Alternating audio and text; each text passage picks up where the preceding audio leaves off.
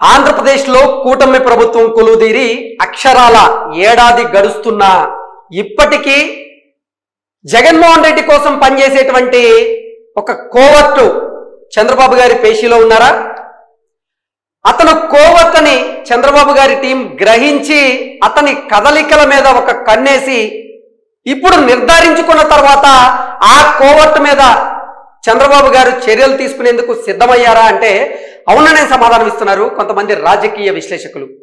ఇంతకీ జగన్మోహన్ రెడ్డి కోసం పనిచేసేటువంటి ఆ కోవర్ట్లు ఎవరు? వారు ఇప్పటికీ చంద్రబాబు గారి టీంలో ఎలా ఉన్నారు? వారిని గుర్తించడంలో చంద్రబాబు గారి టీం ఇంత అలసత్వాన్ని ఎందుకు ప్రదర్శించింది? అసలు ఆ కోవర్టు ఎవరు అనేది ఒకసారి మనం పూర్తి స్థాయిలో విశ్లేషణ చేసుకునేటువంటి ప్రయత్నం అయితే చేద్దాం. సీఎంఓ నుంచి కోవర్టు గెంటివేతకు కౌంట్ డౌన్. ఆంధ్రప్రదేశ్ ముఖ్యమంత్రి కార్యాలయం నుంచి మాజీ ముఖ్యమంత్రి వైఎస్ జగన్మోహన్ రెడ్డికి కోవర్టుగా వ్యవహరిస్తున్నారని అనుమానిస్తున్నటువంటి ఐఏఎస్ అధికారిని గెంటి వేసేందుకు చంద్రబాబు నాయుడు నిర్ణయించినట్లుగా అత్యంత విశ్వసనీయ వర్గాల సమాచారం అందుతోంది.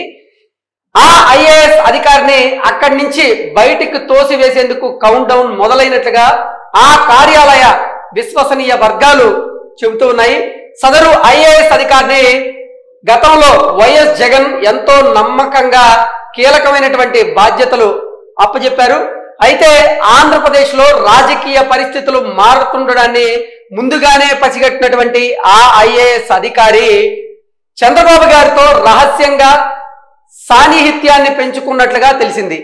అంటే ఈ ఐఏఎస్ అధికారి ఎవరైతే ఉన్నారో వారు గతంలో అంటే వైఎస్ఆర్సీపీ ప్రభుత్వ హయాంలో జగన్మోహన్ రెడ్డి ముఖ్యమంత్రిగా ఉన్నటువంటి సమయంలో జగన్మోహన్ రెడ్డి గారికి అత్యంత సన్నిహితంగా ఉంటూ నటిస్తూ జగన్మోహన్ రెడ్డి తీసుకుంటున్నటువంటి నిర్ణయాలు అసలు అక్కడ లోపాయకారికంగా ఏం జరుగుతుందనేటువంటి విషయాలను ఆ ఐఏఎస్ అధికారి చంద్రబాబు గారి టీంకి ఈ సమాచారాన్ని చేరవేశారు అని, అలాగే ఇప్పుడు ఆంధ్రప్రదేశ్లో కూటమి ప్రభుత్వం కొలువుదీరిన తర్వాత చంద్రబాబు గారు మరోసారి ముఖ్యమంత్రిగా ప్రమాణ స్వీకారం చేసిన తర్వాత చంద్రబాబు గారి టీంలో ఈ ఐఏఎస్ అధికారి పనిచేస్తూ అసలు అక్కడ లోపాయకారికంగా ఏం జరుగుతుంది అనేది జగన్మోహన్ రెడ్డికి చేరవేస్తున్నారు ఆ ఐఏఎస్ అధికారి అనేటువంటి అనుమానాలు అయితే తలెత్తు ఉన్నాయి. అందుకే ఆ ఐఏఎస్ అధికారి మీద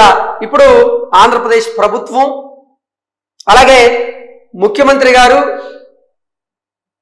గారి ఆ పేషీలో ఉన్నటువంటి కొంతమంది అధికారులు కూడా వారి మీద కన్నేసి గుర్తించి ఇప్పుడు ఆ ఐఏఎస్ అధికారిని ఆ పేషీ నుంచి తొలగించేటువంటి ఏర్పాట్లు చర్యలు కూడా తీసుకుంటున్నట్లుగా వార్తలు అయితే వస్తూ ఉన్నాయి.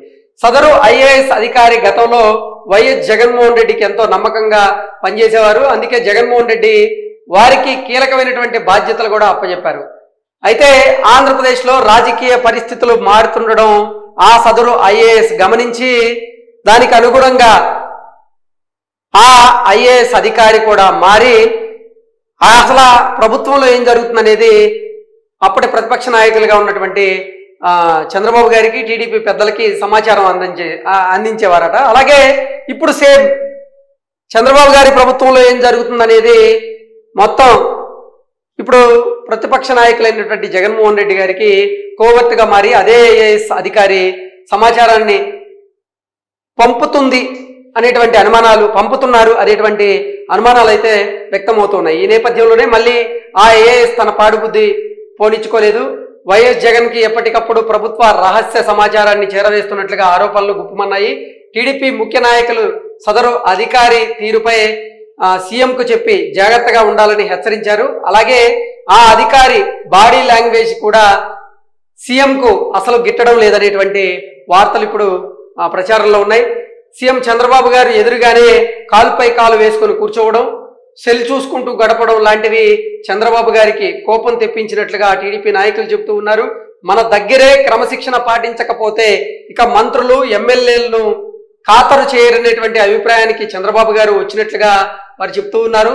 ఈ నేపథ్యంలోనే ఆ ఐఏఎస్ అధికారి ఎవరైతే ఉన్నారో వారి ప్రభుత్వానికి గుండెకాయ లాంటి సీఎంఓలో కొనసాగిస్తే రానున్న రోజుల్లో ప్రభుత్వానికి ఇబ్బందులు ఎదురయ్యేటువంటి అవకాశం ఉందని, ప్రభుత్వ కొంప ముంచుతారనేటువంటి ఆందోళన చంద్రబాబు గారిలో మొదలైందని, అందుకే చంద్రబాబు గారు కూడా ఆ ఐఏఎస్ అధికారిని సీఎంఓ నుంచి తొలగించాలనేటువంటి నిర్ణయానికి వచ్చినట్లుగా కూడా తెలుస్తుంది. ఈ నేపథ్యంలోనే ఆ ఐఏఎస్ అధికారిని ప్రాధాన్యం లేనటువంటి శాఖకు బదిలీ చేయడానికి సీఎం నిర్ణయానికి వచ్చినట్లుగా తెలుస్తోంది. వారం లేదా 10 రోజుల్లో వైసీపీకి జగన్మోహన్ రెడ్డికి కోవర్టుగా పనిచేస్తున్నారనేటువంటి అనుమానాలు ఉన్నటువంటి ఆ సదరు ఐఏఎస్ అధికారిని సీఎంఓ నుంచి గెంటివేయడానికి నిర్ణయం ఖరారైనట్లుగా కూడా విశ్వసనీయ వర్గాల సమాచారం ప్రకారంగా అందుతుందన్నట్లుగా కొన్ని వార్తలు అయితే వస్తూ ఉన్నాయి. ఇంతకీ ఆ ఐఏఎస్ అధికారి ఎవరు? ఆ అధికారి రహస్య సమాచారాన్ని జగన్మోహన్ రెడ్డికి ఎలా చేరవేస్తున్నారు? ఆ అధికారి ఇప్పటికీ జగన్మోహన్ రెడ్డి కోసమే పనిచేస్తున్నారా లేదా అనేది మాత్రం పూర్తి స్థాయిలో నిర్ధారణ అయితే కాలేదు. కానీ ఇప్పుడు వస్తున్నటువంటి సమాచారం ప్రకారంగా చూసుకున్నట్లయితే గతంలో కూడా ఇదే ఐఏఎస్ అధికారి ప్రతిపక్ష నాయకులకి కోవర్ట్లుగా పనిచేశారని, ఇప్పుడు కూడా తన బుద్ధిని మార్చుకోకుండా ప్రభుత్వానికి సంబంధించినటువంటి రహస్య సమాచారాన్ని ఇప్పటి ప్రతిపక్ష నాయకుడైనటువంటి జగన్మోహన్ రెడ్డికి ఆయన ఆ సమాచారాన్ని చేరవేస్తున్నారనేటువంటి అనుమానాలు అయితే ఆ సదరు ఐఏఎస్ మీద వ్యక్తమవుతూ ఉన్నాయి. ఇంతకీ ఆ ఐఏఎస్ ఎవరు అనేది మనం చెప్పట్లేదు, కానీ మీకు అర్థమైతే మీరు కమెంట్ రూపంలో తెలియజేయచ్చు. కొంతమంది ఆ ఐఏఎస్ మహిళని, మరికొంతమంది ఏమో కాదు మహిళా ఐఏఎస్ కాదు, ఆ ఐఏఎస్ ఒక పురుషుడు అంటూ కూడా ఈ వార్తకి కమెంట్లు పెడుతూ ఉన్నారు. అసలు ఇంతకీ ఆ ఐఏఎస్ ఎవరనేది మీకు అర్థమైతే మాత్రం మీరు కూడా కమెంట్ల రూపంలో తెలియజేయండి. ఏది ఏమైనప్పటికీ ఆంధ్రప్రదేశ్లో ప్రభుత్వ మార్పిడి జరిగి అక్షరాల సంవత్సరం గడుస్తున్నప్పటికీ ఇప్పటికీ కూడా నిజంగా చంద్రబాబు గారి పేషీలో ఉండి జగన్మోహన్ రెడ్డి గారి కోసం ఆ ఐఏఎస్ పనిచేస్తున్నారు అంటే దీన్ని ఎలా తీసుకోవాలి, ఎంత సీరియస్గా తీసుకోవాలనేటువంటి అంశం అనేది మనం అర్థం చేసుకోవచ్చు. అందుకే అంటే రాజకీయ పరంగా, పరిపాలన పరంగా కూడా చంద్రబాబు గారికి సుదీర్ఘమైనటువంటి అనుభవం ఉంది.